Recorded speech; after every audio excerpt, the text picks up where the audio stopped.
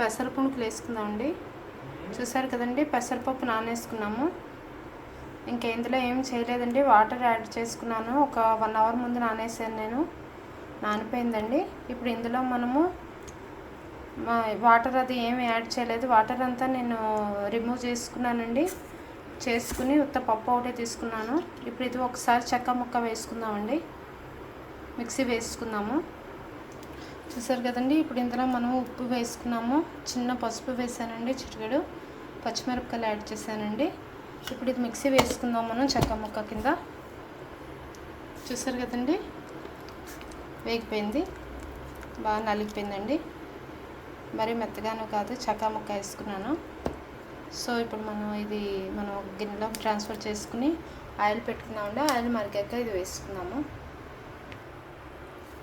చూసారు కదండి, ఇంక ఇందులో ఏమీ యాడ్ చేయలేదండి, నేను వాటర్ అది ఏమీ యాడ్ చేయలేదు.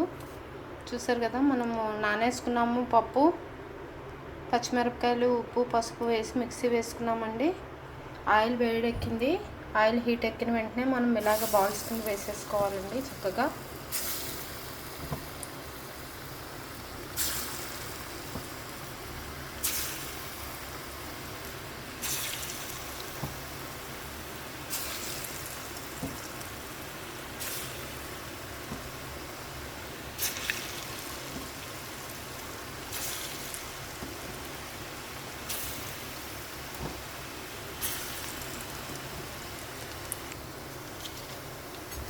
చూసారు కదండి, అన్నీ పకోడా. ఆనియన్స్ ఫ్లేవర్ ఇష్టమైన వాళ్ళు ఆనియన్స్ వేసుకోవచ్చండి, జీలకర్ర ఇష్టమైన వాళ్ళు జీలకర్ర కూడా వేసుకోవచ్చు. సో నాకు ప్లెయిన్ ఫ్లేవర్ ఇష్టం, అందుకని ప్లెయినే వేసుకున్నాను.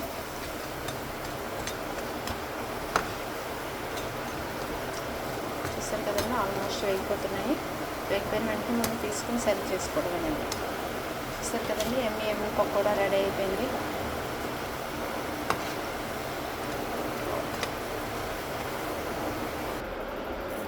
చూసారు కదండి, ఆయిల్ కూడా అసలు ఏం పీల్చలేదు, ఎమ్మిగా రెడీ అయిపోయి పకోడా.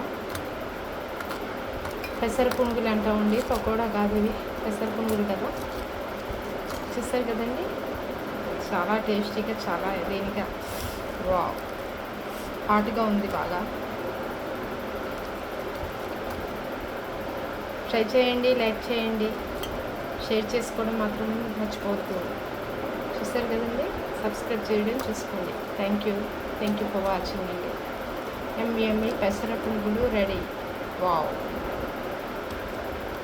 ఆయిల్ అస్సలు తీసుకోదండి, తప్పకుండా ట్రై చేయండి. Thank you.